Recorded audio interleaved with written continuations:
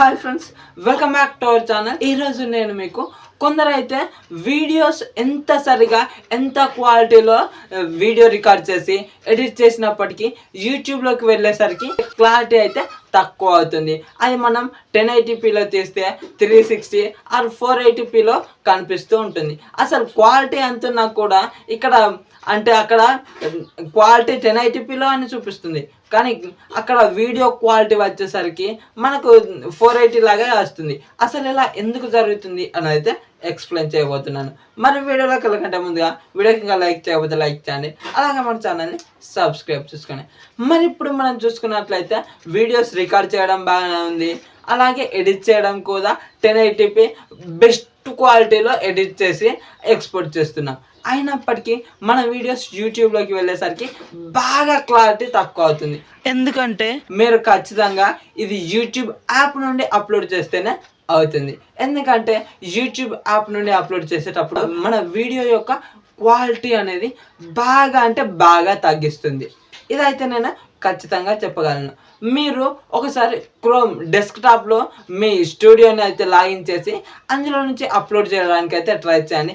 అలా అప్లోడ్ చేస్తే మీ వీడియో యొక్క క్వాలిటీ తగ్గుతుంది, కానీ అంత తగ్గదు. అంటే ఇప్పుడు మనం 1080p ఉందనుకోండి, అక్కడ 480p లాగా కనిపిస్తుంది కదా యూట్యూబ్ యాప్ నుంచి అప్లోడ్ చేస్తే. ఇందులో అంతేం తక్కువ కాదు. 1080p అంటే మ్యాక్సిమం 1080p వరకు అలానే ఉంటుంది. మన వీడియో యొక్క క్వాలిటీ మనం ఎలానైతే అక్కడ ఎక్స్పోర్ట్ చేసామో అదే విధంగా ఉంటుంది ఇక్కడ క్రోమ్ నుండి అప్లోడ్ చేసామంటే. కాబట్టి నేనైతే మీకు వీడియోస్ అయితే క్రోమ్ నుంచి అప్లోడ్ చేయమని అయితే చెప్తాను.